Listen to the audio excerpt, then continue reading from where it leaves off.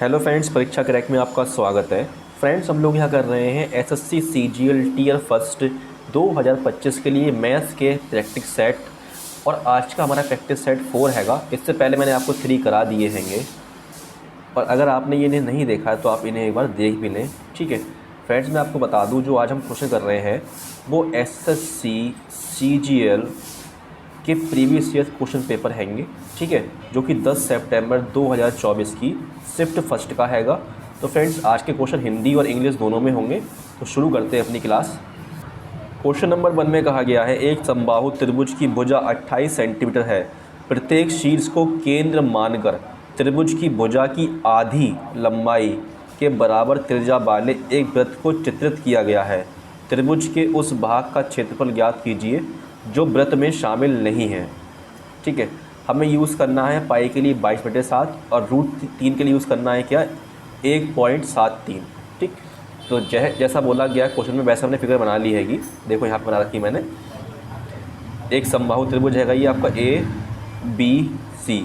ठीक है, इसके शीर्ष जो हैंगे वो जो वृत्त है उसका केंद्र मानकर खींचा गया है। ठीक है, और जो इसकी त्रिज्या जो है भुजा की आधी है। भुजा कितनी है कि त्रिभुज की 28 है, तो त्रिज्या क्या होगी इसकी 14 हो जाएगी। ठीक है, प्रत्येक की हो जाएगी।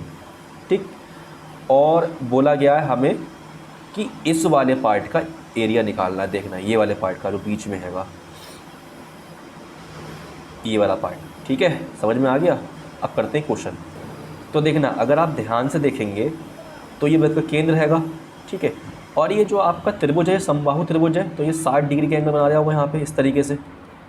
ठीक, और अगर आप ध्यान से देखें तो ये बन रही है एक चाप।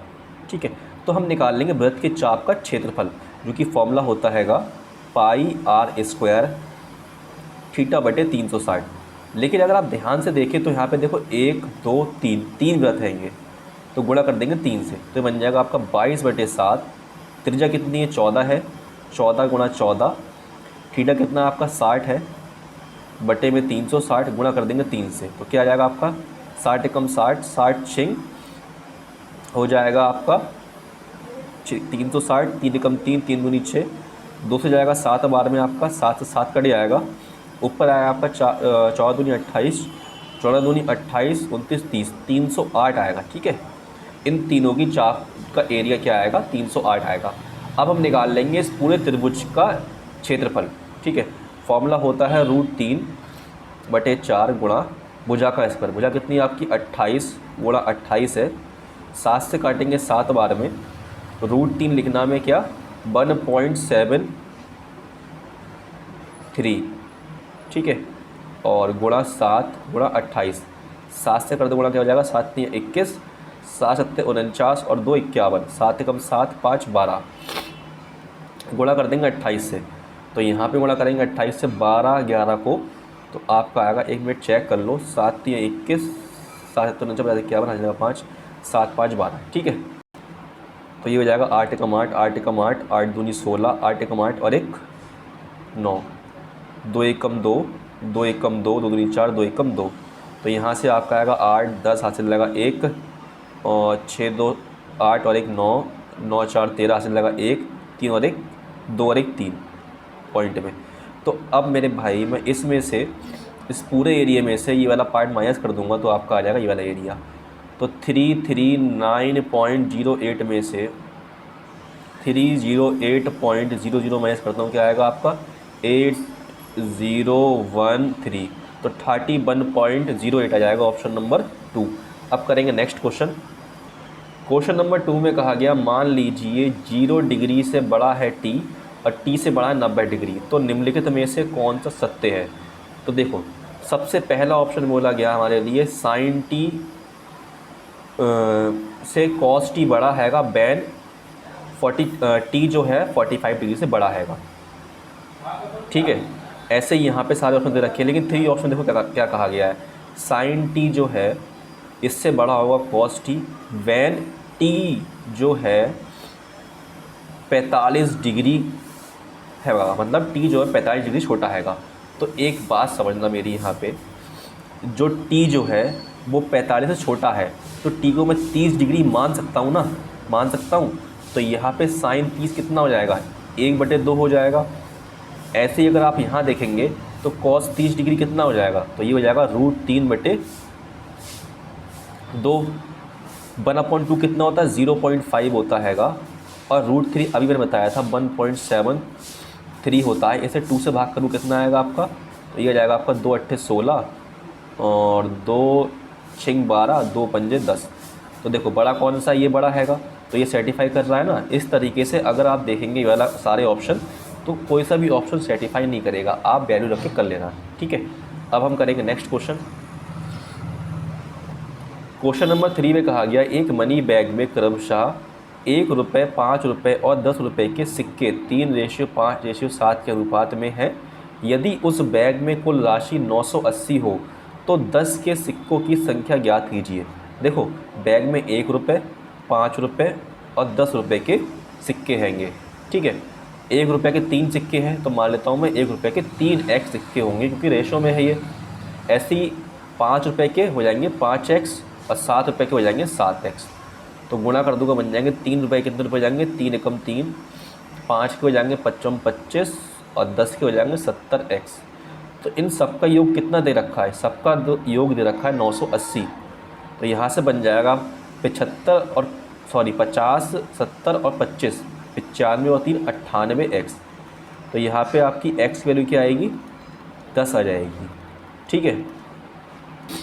हमसे पूछा कि 10 के सिक्के कितने होंगे, तो 10 के कितने होंगे, 7x है, तो x आपका 10 आया है, 10 से करेंगे मल्टीप्लाई तो आपका 70 आ जाएगा, ऑप्शन नंबर 4। अब करेंगे नेक्स्ट क्वेश्चन। क्वेश्चन नंबर 4 में कहा गया है प्रिय अपने स्कूटर को 42,564 में बेचकर विक्रय मूल्य से 1/6 भाग के बराबर लाभ अर्जित करती है, उसका लाभ प्रतिशत ज्ञात कीजिए। तो देखना इस क्वेश्चन करने के लिए हमें इसकी ज़रूरत नहीं है, ठीक है। बोला गया है विक्रय मूल्य के 1/6 भाग के बराबर लाभ अर्जित किया है।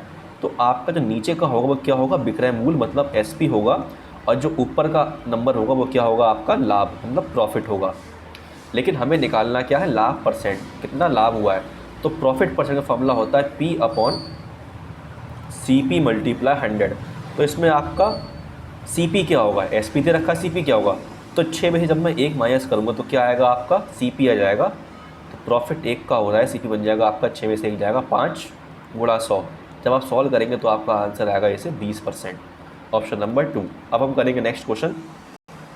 क्वेश्चन नंबर 5 में कहा गया है 10 मीटर लंबा एक खंभा क्षैतिज जमीन से 30 डिग्री का कोण बनाते हुए एक ऊर्ध्वाधर दीवार AB पर तिरछा टिका हुआ है। ज्ञात कीजिए कि खंभे का पाद दीवार से कितनी दूर मीटर में है। तो देखना ये आपकी एक दीवार है जो दे रखी AB, उससे एक तिरछा खंभा जो टिका हुआ हैगा, जो कि नीचे से बनाता है 30 डिग्री का एंगल ज़मीन से, ठीक है। तो ये तो आपका बनेगा 90 डिग्री का, और ये बन जाएगा आपका 60, ठीक है। 90 और 30 होगा 120, 180 में से 120 जाएगा, बचेगा 60। तो देखना कभी भी आपका ये एंगल बनते हैं तो 90 डिग्री के सामने वाली साइड आपकी होती है 2, और 30 के सामने की साइड होती है 1, और 60 के सामने की होती है √3। लेकिन यहाँ पे हमें जो खंबे की लंबाई दे रखी है वो कितनी, 10 मीटर हैगा। तो 2 से कितनी ज़्यादा है, ये 5 टाइम ज़्यादा है। तो इसका जो पाद होगा मतलब आधार जो होगा बेस, वो भी इससे 5 टाइम ज़्यादा होगा, 5√3, ऑप्शन नंबर 1। अब करेंगे नेक्स्ट क्वेश्चन। क्वेश्चन नंबर 6 में कहा गया है 18 सेंटीमीटर और 12 सेंटीमीटर त्रिज्या वाले 2 वृत्त एक दूसरे को बाह्य रूप से स्पर्श करते हैं, उनकी सीधी उभयनिष्ठ स्पर्श रेखा की लंबाई सेंटीमीटर में ज्ञात कीजिए। तो देखना इसका फॉर्मूला होता है आपका 2√R1 × R2, ठीक है। फिगर कैसे बनेगी इसकी, इस तरीके से बनेगी। 2 वृत्त हैंगे, वो बाहर रूप से स्पर्श कर रहे हैं, इनकी त्रिज्याएं दे रखी है ये R1 R2, और हमें ये निकालना है स्पर्श रेखा की लंबाई। तो ये फॉर्मूला लगेगा आपका। तो 2√R1 कितनी 18 है, R2 कितनी है 12 है। ऐसे कर देंगे सॉल्व, इसे तोड़ लो, ऐसे बन जाएगा आपका 9 दूनी 18, ये जाएगा 6 दूनी 12। देखना 9 क्या आपका 3 का स्क्वायर, रूट खुल जाएगा आपका 3 आ जाएगा। ऐसे ही यहाँ पे 2 है, यहाँ पे 2 है, तो ये 2 और आ जाएगा यहाँ पे, अंदर बचेगा √6, तो बन जाएगा 2 दूनी 4, 4 3 12, 12√6 आ जाएगा आंसर, ऑप्शन नंबर 1। अब करेंगे नेक्स्ट क्वेश्चन। क्वेश्चन नंबर 7 को करना में सिंप्लीफाई। तो इसमें कर लेंगे पहले ऑफ सॉल्व। तो हो जाएगा 3 दूनी 6 और 18 दूनी 36। तो ये बन जाएगा आपका 6 से भाग करेंगे, 6 से भाग होगा नहीं तो पहले से लिख लो इस तरीके से, 15/6 गुणा 2 प्लस 9/36 गुणा 4 माइनस 4/8 गुणा 2। तो ये 2 3 6, 3 पंजे 15, 9 चौक 36, 4 से 4 गया, 4 एकम 4, 4 दूनी 8, 2 से 2 गया, तो बचेगा 5 + 1 - 1। तो ये कट जाएगा, आपका आंसर क्या आएगा? 5 आएगा, ऑप्शन नंबर 1। अब करेंगे नेक्स्ट क्वेश्चन। क्वेश्चन नंबर 8 में कहा गया निम्नलिखित तालिका एक विश्वविद्यालय में विभिन्न विभागों में शोधार्थियों की कुल संख्या और महिला शोधार्थियों की संबंधित संख्या को दर्शाती है। तालिका का ध्यानपूर्वक अध्ययन कीजिए और निम्नलिखित प्रश्न का उत्तर दीजिए। ठीक है, तो क्वेश्चन में निकालना है हमें गणित और सांख्यिकी विभाग में पुरुष शोधार्थियों का अनुपात क्या है। तो देखो यहाँ में महिला दे रखी है, यहाँ दे रखे कुल। ठीक है, तो अगर आप हमें निकालना है, गणित में निकालने हैं कितने आपके मेल हैंगे, तो देखो मैथ्स यहाँ पे 18 सब हैंगे, 4 महिलाएं हैं, तो पुरुष कितने होंगे? 18 में 4 जाएगा, बचेगा 14, ये आएगा मेल। ऐसे ही हमें निकालना है सांख्यिकी विभाग में, तो इसमें 12 टोटल है, 3 भाग करेंगे आएगा 9 मेल। रेशो क्या आएगा इनका? 14:9, ऑप्शन नंबर 3। नेक्स्ट क्वेश्चन करेंगे। क्वेश्चन में कहा गया है निम्नलिखित में से कौन सी संख्या 47 से विभाज्य 5 अंकों की सबसे बड़ी संख्या है। तो इसे देखो, ये जो आपका 47 जो है प्राइम नंबर हैगा, तो इससे हमें इन सारे ऑप्शन को डिवाइड करके देखना पड़ेगा। जो आपका डिवाइड हो जाएगा वो हो जाएगा आंसर। तो आपका ऑप्शन नंबर 1 डिवाइड हैगा। ठीक है, अब करेंगे नेक्स्ट क्वेश्चन। क्वेश्चन नंबर 10 में कहा गया यदि अंकित मूल्य पर 65% की छूट और 30% और 40% की दो क्रमिक छूट के बाद विक्रय मूल्य के बीच का अंतर 105 है, तो अंकित मूल्य क्या है। तो देखना, एक तो 65% की छूट है और 2 हैंगी लगातार छूट। ठीक है, क्रमिक। तो कैसे निकालेंगे? 30 और 40 को जोड़ देंगे, हो जाएगा आपका 70। ये कर देंगे माइनस क्या, 3 चौक 12, मतलब 1200 हो जाएगा। 100 से भाग करेंगे, 2 जीरो कट जाएंगे, तो आपका यहाँ कितना आएगा? 12। माइनस करेंगे तो कितना आ जाएगा आपका यहाँ से? 8। 6 में से जाएगा 1, बचेगा 5। तो देखो इनका अंतर दे रखा हमें 105 दोनों छूट का। तो अंतर यहाँ पे कितना आएगा आपका? देखना, अंतर आएगा 7% का। तो 7% किसके बराबर दे रखा है हमें? 105 के बराबर दे रखा है। 7 से भाग करेंगे, आपका जाएगा 7 एकम 7, 7 पंजे 35। ये आपकी 1% की वैल्यू आएगी। हमें निकालना है 100% की वैल्यू। 100 से करेंगे गुणा, तो आपका बन जाएगा यहाँ पे 1500 रुपये, जो कि आपका ऑप्शन नंबर 1 हैगा। अब करेंगे नेक्स्ट क्वेश्चन। क्वेश्चन नंबर 11 में कहा गया नीचे दिया गया बार ग्राफ क्रमागत 2 वर्षों 2013 और 2014 के दौरान 6 स्कूलों की पुस्तकों की बिक्री को दर्शाता है। हमें निकालना क्या है? हमें निकालना है 2014 में स्कूल ए, बी और सी की औसत बिक्री, 2013 में स्कूल ए, सी और एफ की औसत बिक्री का कितना प्रतिशत है। ठीक है, तो सबसे पहले निकालो 2014 में ए, बी, सी। तो 14 वाले कौन से आपके? ऑरेंज वाले हैं। तो ए में कितने 14 वाले? 70 हैंगे। बी में कितने हैं? 35 हैं। सी में कितने हैं? सी में आपके हैंगे 80। ठीक है, तो इन्हें जोड़ लो। एवरेज निकालने की कोई ज़रूरत नहीं है, ठीक, क्योंकि सब कटेगा ही बाद में। तो ये हो जाएगा आपका 70 और 80, 150 में जोड़ेंगे 35, तो हो जाएगा आपका 185। ठीक है, अब निकाल लेंगे सेकंड वाले। 2013 में ए, सी, एफ इनका। तो अगर आप यहाँ देखेंगे तो यहाँ पे आपके 2013 में 50 है, यहाँ पे आपके 60 है और यहाँ पे आपके 40 है। तो 6 और 4 10 और 5 15, 150 ये हो जाएगा। ठीक है, तो अब बताओ 185 जो है वो 150 का कितना परसेंट है। अगर मैं ऐसे निकाल रहा हूँ ना आंसर, पूछा यही गया है लेकिन तब आंसर नहीं आ रहा, लेकिन जब मैं इसको 150 लिख के ऊपर और डिवाइड कर रहा हूँ 185, तब आंसर आ रहा है। इसमें बोला गया 2014 में स्कूलों, अच्छा सही बोला गया, ठीक है, ये गलत तरीका है, ये ठीक है।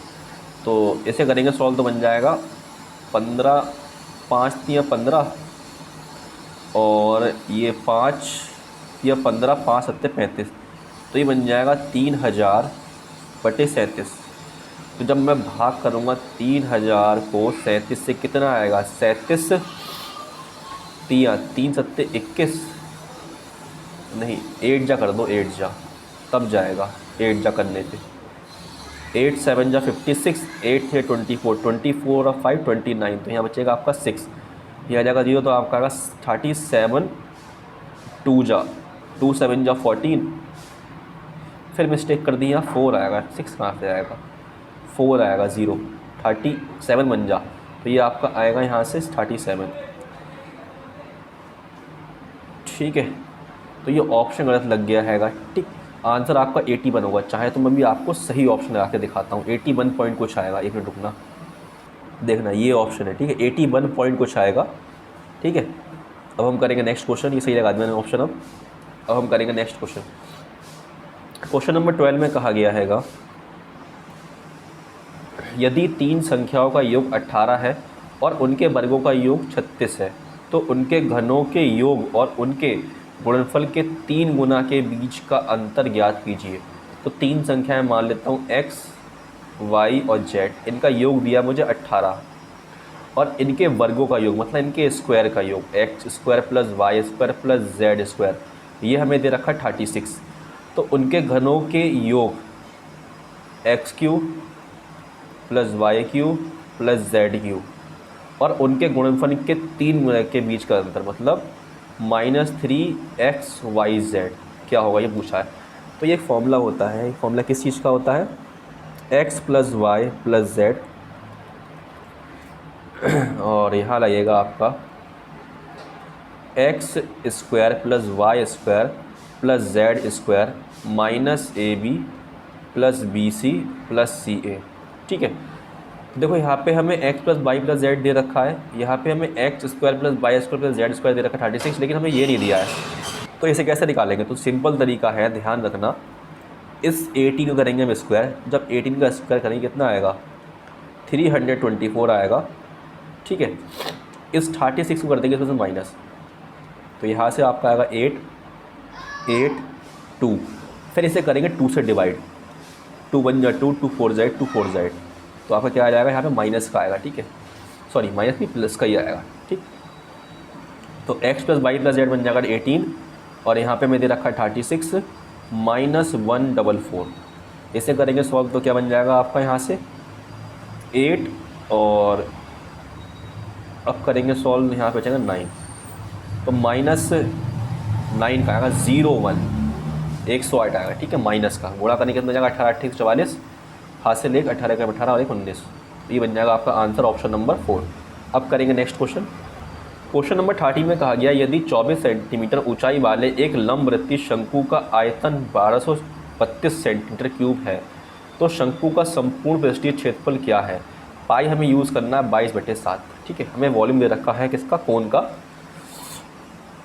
1232। तो वॉल्यूम क्या होगा, फॉर्मूला होता है 1/3 multiply pi R square H, जो कि हमें कितना दिया है 1232 दे रखा है।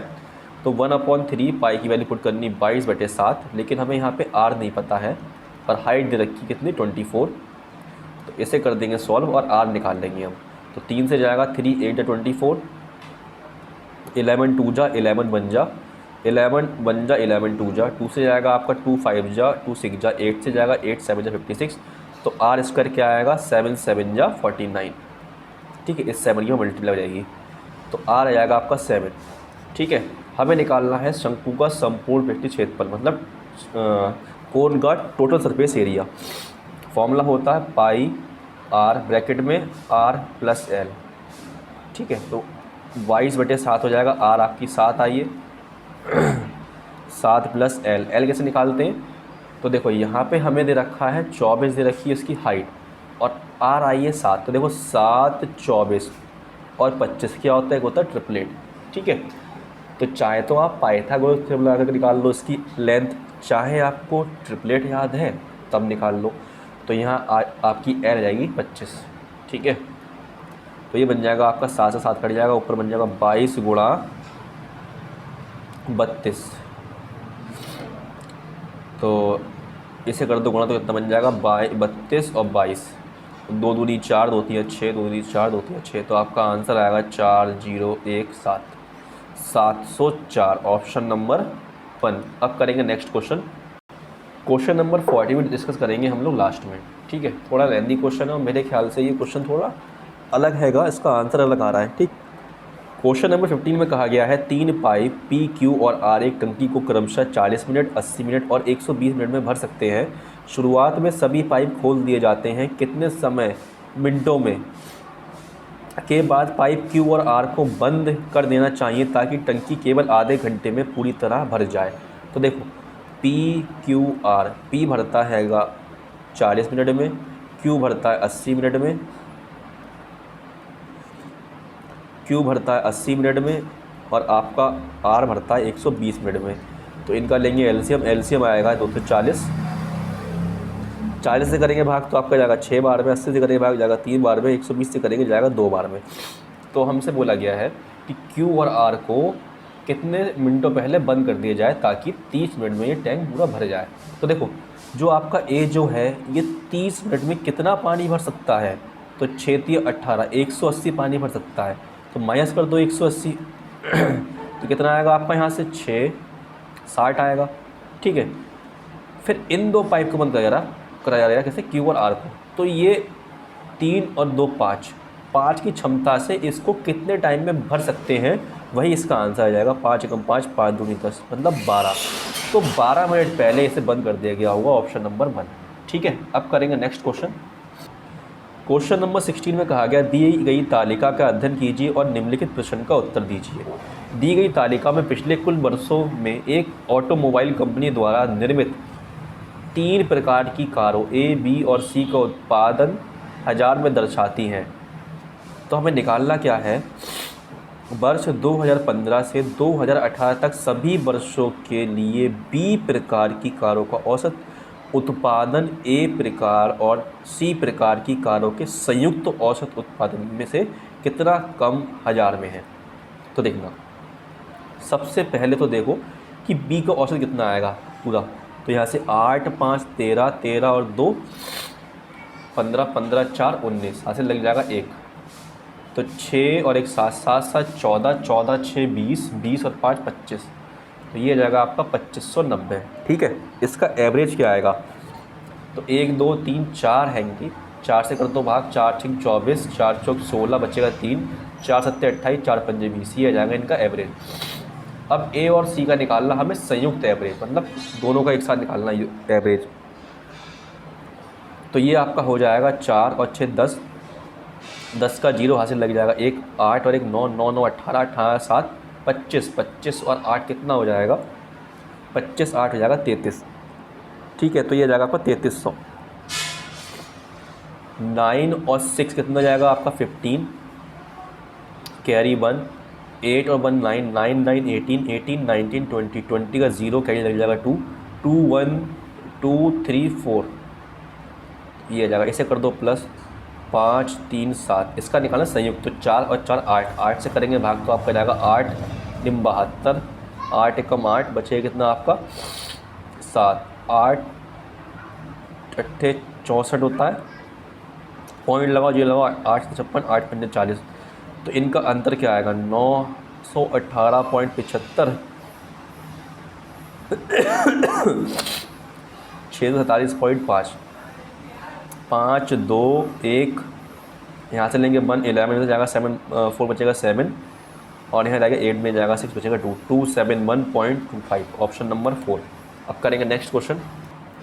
क्वेश्चन नंबर 17 फाइंड करेंगे। हमें दे रखा है a + 1/a = 12 है, तो a² + 1/a क्या होगा। तो सिंपल सी बात है, इसका करेंगे 12 का स्क्वायर माइनस कर देंगे 2, यहाँ साइन प्लस का है तो लगाएंगे माइनस साइन बीच में, ठीक है। 12 का स्क्वायर 144 माइनस 2 करेंगे आ जाएगा 142, ऑप्शन नंबर 1। अब करेंगे नेक्स्ट क्वेश्चन। क्वेश्चन नंबर 18 में कहा गया किरण ने 2 व्यक्तियों को 4000 का 1/8% प्रति वर्ष की दर से और शेष भाग का 10% प्रति वर्ष की दर से उधार दिए। उसे 352 का वार्षिक साधारण ब्याज मिला, तो 10% पर उधार दी गई राशि ज्ञात करें। तो कैसे करेंगे देखना से, 4000 की राशि है, 352, उससे कुल क्या मिल रहा है, ब्याज मिल रहा है, जो कि कितना परसेंट है, ये 4/32, 8.8% है। तो इसमें लगाएंगे हम मिक्सचर एंड एलिगेशन। तो एक राशि 8% पे दी गई है, एक दी गई है 10% पे। सब पे ब्याज कितना मिल रहा है, 8.8% मिल रहा है। तो 8 में से 8.8 में से 8 जाए कितना बचेगा आपका, 0.8 बचेगा। 10 में से जाएगा 8.8 तो बचेगा 1.2। इसे काट देंगे 4 से, 4 3 12, 4 2 8। ठीक है, 3 और 2 कितना हो जाएगा, 5 हो जाएगा। कुल राशि कितनी दी है हमें, 4000 दी है।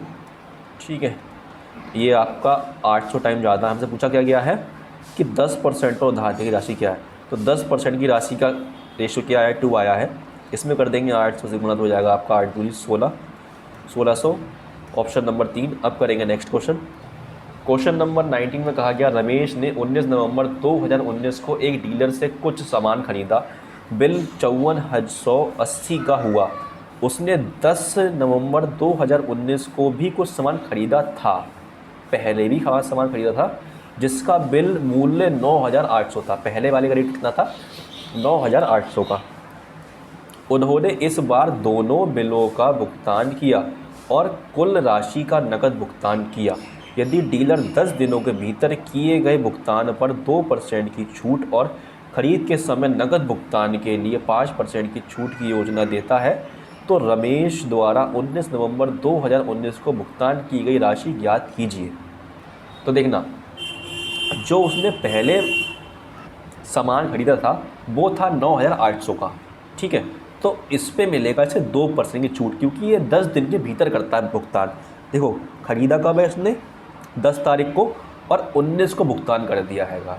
ठीक है, तो 9800 गुणा 2% की छूट मिलेगी इसे ना, तो कितना हो जाएगा, 98।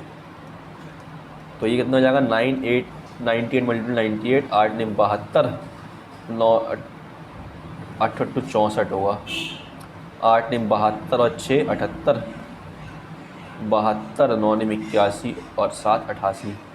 तो 4 10 हाथ से लगा 1, 16 हाथ से लगा 1, 9, तो 9604, तो इसका भुगतान करेगा।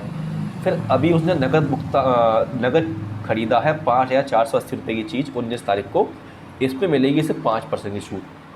तो 5480 का छूट मिलेगी 5 की, तो 5 कर दो माइनस 100 में से, तो बचेगा आपका 95। तो यहाँ से आपका आ जाएगा 5 एकम 5, 5 दूनी 45 और 9 5 दूनी 10, 2 दूनी 4, 2 सत्ते 14, 2 चौक 8। ये तो कट जाएगा जीरो ना, ये आ जाएगा 19 चौक 76, 19 सत्ते 133 और 7 140, 19 दूनी 38, तो आ जाएगा 2 हासिल लगाइए 3 4 5 52। तो आंसर क्या आना चाहिए यहाँ पे, 1 मिनट गलत कर दिया यार, मल्टीप्लाई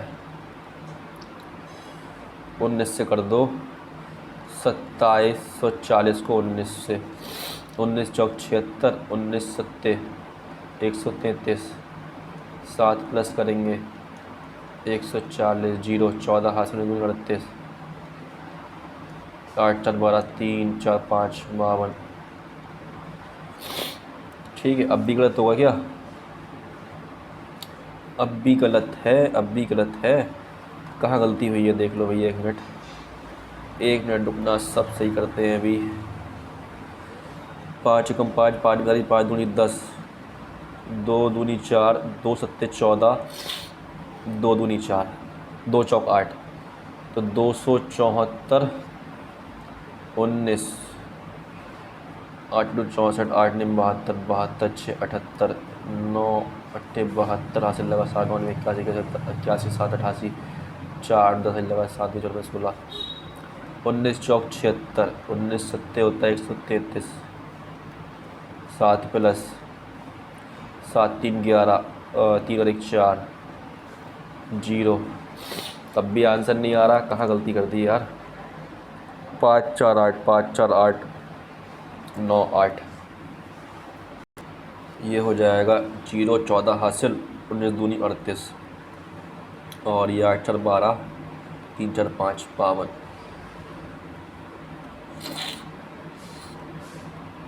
चलो करो सॉल्व, देखते क्या आता है।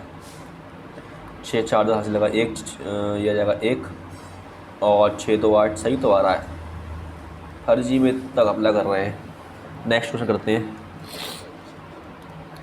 क्वेश्चन नंबर 20 में कहा गया है 750 मीटर वाली एक वृत्ताकार दौड़ में एक्स और वाई एक ही बिंदु से और एक ही दिशा पर एक ही समय पर क्रमशः 9 किलोमीटर घंटा और 13.5 किलोमीटर घंटे की चाल से दौड़ना शुरू करते हैं। यदि वे एक ही दिशा में दौड़ रहे हैं तो वे पुनः ट्रैक पर पहली बार कब मिलेंगे। तो देखना, ये क्वेश्चन आपके एग्ज़ाम में हर शिफ्ट में आता है। तो डिस्टेंस कितना है, 750 है। अभी जब दौड़ रहे हैं तो सेम डायरेक्शन में दौड़ रहे होंगे, तो इनका स्पीड का लेंगे गैप, तो गैप लेंगे तो कितना आएगा 4.5। लेकिन अगर आप देखें यहाँ पे स्पीड किलोमीटर घंटे में है तो इसे करेंगे मीटर सेकंड में। पॉइंट लग जाएगा 0, 9 5 45, 9 दूनी 18, 25 3 75 और 3 दूनी 6, 600 हो जाएगा इसका answer, option number 2। Next question number 21 में कहा गया कोई बस शुरू में एक किसी दूरी का 1/3 भाग 40 किलोमीटर घंटे की चाल से तय करती है। दूरी का अगला 1/3 भाग 50 किलोमीटर घंटे की चाल से तय करती है और दूरी का अंतिम 1/3 भाग 60 किलोमीटर घंटे की चाल से तय करती है। तो पूरी यात्रा के लिए बस की औसत चाल ज्ञात कीजिए, 2 दशमलव स्थान तक पूर्णांकित। तो हमें निकालना है एवरेज स्पीड। फॉर्मूला क्या होता है, total distance upon total time. तो डिस्टेंस देखो 1/3 1/3 1/3, जब आप इसे प्लस करेंगे तो आपका टोटल डिस्टेंस बना आएगा। और हमें निकालना क्या है, टोटल टाइम। टाइम का फॉर्मूला क्या होता है, डिस्टेंस अपॉन स्पीड। डिस्टेंस कितना है 1/3, स्पीड कितनी 40। तो जब मैं इसे सॉल्व करूँगा 1/3 स्पीड 40, तो 40 ही गुणा यहाँ पे 4 3 12, 120 बन जाएगा। ये बन जाएगा आपका 1/120 इस तरीके से, प्लस। और जब मैं इसे सॉल्व करूँ कितना बन जाएगा आपका 5 50 3 150, और ये बन जाएगा 60 3 180। फिर आप लो इनका एलसीएम कितना आएगा, एलसीएम आएगा 1800 आएगा एलसीएम, ठीक है। चाहे तो ले लेना, 12 से जाएगा 12 एकम 12, 12 पंजे 60, ठीक है। 15 से जाएगा 15 15, 15 दूनी 30, 18 जाएगा 10 12 में, ऊपर आपका 1 लिखा रहेगा। तो ये ऊपर जाके मल्टीप्लाई हो जाएगा 1 में, तो बन जाएगा आपका 1800, नीचे बन जाएगा 15 और 12 27, 27 10 37। और जब आप 37 से भाग करेंगे तो आपका आएगा ऑप्शन नंबर 1, ठीक है। चलो कर देता हूँ मैं, वरना यही कहोगे कि डिवाइड नहीं करा। तो 4 टाइम में जाएगा 7 चौक 28, 4 3 12, 13 14 है, बचेगा आपका 2, 7 में जाएगा तो बचेगा 3, यहाँ आ जाएगा 0, फिर जाएगा आपका 8 टाइम में, ठीक है। ऑप्शन नंबर 1 ही है। अब करेंगे नेक्स्ट क्वेश्चन नंबर 22 में कहा गया निम्नलिखित में से किस मानदंड को लागू करने से 2 त्रिभुज को सर्वांगसम सिद्ध नहीं किया जा सकता। मतलब हमें कॉन्ग्रुएंट रूल कौन सा नहीं है बताओ। तो भाई साइड होता है, साइड एंगल होता है, एंगल साइड एंगल होता है, RHS होता है, लेकिन तुम्हारा एंगल कहाँ होता है, ये नहीं होता है, ठीक है। क्वेश्चन नंबर 23 में कहा गया है एक्स वाई जेड किसी तल पर 3 बिंदु हैं जिसमें X Y 11 centimetre, Y Z 13 centimetre और एक्स जेड 24 सेंटीमीटर है।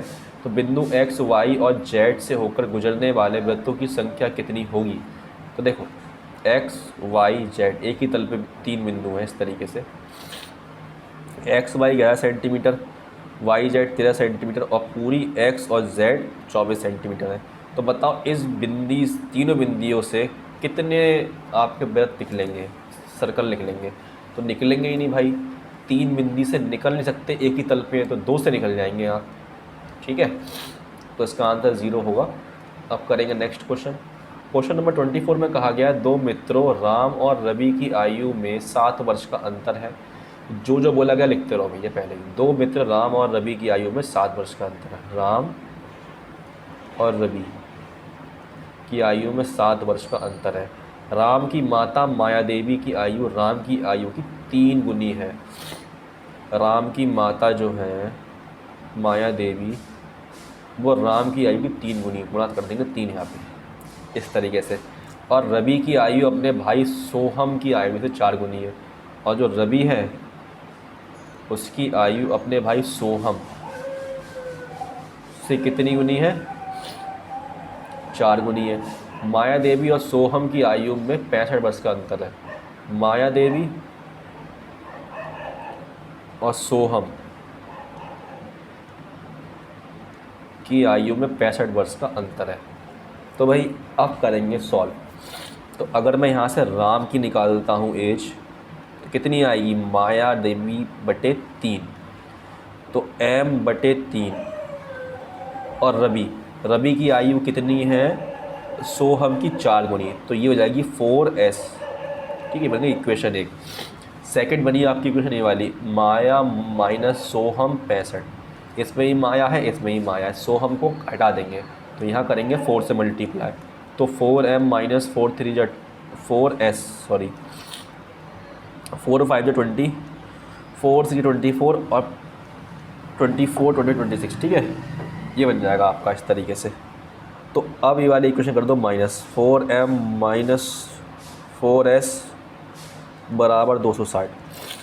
देखना यहाँ साइन प्लस का है तो माइनस हो जाएगा, यहाँ माइनस है प्लस हो जाएगा, यहाँ आपका माइनस प्लस है तो माइनस हो जाएगा। ठीक है, तो ये तो कट जाएगा, लेकिन यहाँ ये बन जाएगा ये m/3 माइनस 4m बराबर 260 में 70 जाएगा, 7 जाएगा, कितना बचेगा? 253। ये बचेगा ना, तो 3 चौक 12, 12 में से जाएगा m, कितना बचेगा? 11m माइनस का बटे 3 बराबर 253। माइनस का माइनस से माइनस कट जाएगा, ये माइनस का आएगा। ठीक है, 11 दूनी माइनस 11 33, m कितना आ जाएगा आपका? गुणा कर दो उसमें तो बन जाएगा 3 3 9, 3 दूनी 6, 69। माया देवी आ गई 69 की, ऑप्शन नंबर 2। अब करेंगे नेक्स्ट क्वेश्चन।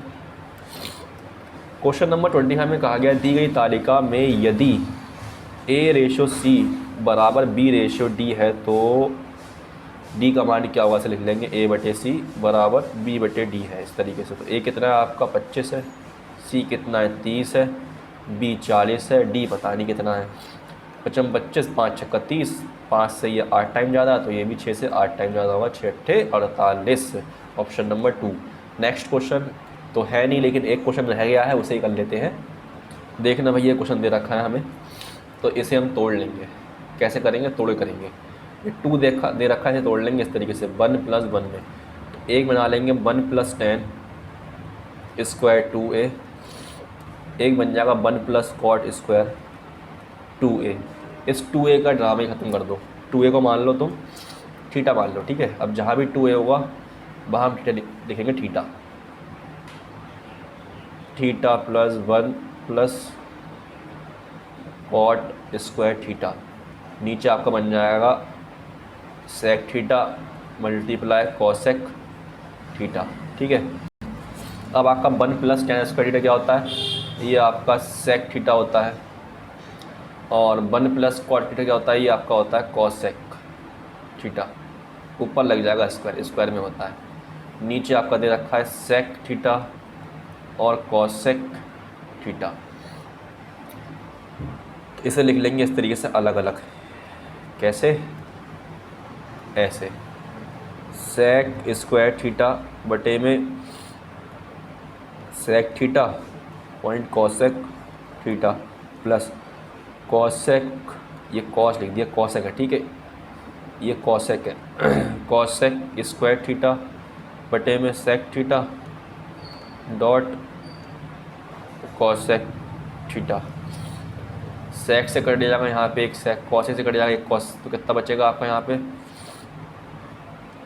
सेक theta upon cosec theta plus cosec theta upon में सेक थीटा। ठीक है, अब सेक क्या होता है? सेक आपका होता है 1/cos, और आपका कोसेक क्या होता है? 1/sin। ऐसे ही यहाँ पे बन जाएगा 1/sin और 1/cos। फिर सॉल्व करोगे तो साइन पहुँच जाएगा ऊपर, कॉस आ जाएगा नीचे, यहाँ पे कॉस पहुँच जाएगा ऊपर, साइन आ जाएगा नीचे। तो साइन अपॉन कॉस होता है tan थीटा, अब लिख दो 2a थीटा को। ठीक है, और कॉस अपॉन साइन होता हैगा cot 2a, और ये आपको ऑप्शन में है ही नहीं, मुझसे इतना ही सॉल्व होगा, मैंने कर दिया। अब आपका होमवर्क ये है कि आप यहाँ पे ए की वैल्यू कुछ मान करके डिग्री में तब सॉल्व करना, ठीक है। और फिर वही वैल्यू यहाँ पे रख के सॉल्व करना इन ऑप्शन में, और अगर दोनों आंसर बराबर आते हैं, यहाँ वाले भी और ऑप्शन वाले भी, तो वही आपका आंसर हो जाएगा, ठीक है। अब हम मिलते हैं नेक्स्ट क्लास में, तब तक धन्यवाद, बाय, अपना ख्याल रखना। और अगर आपने चैनल सब्सक्राइब नहीं करा है तो प्लीज़ एक बार चैनल को सब्सक्राइब ज़रूर कर लें, ठीक है। अब मिलते हैं अपनी नेक्स्ट क्लास में।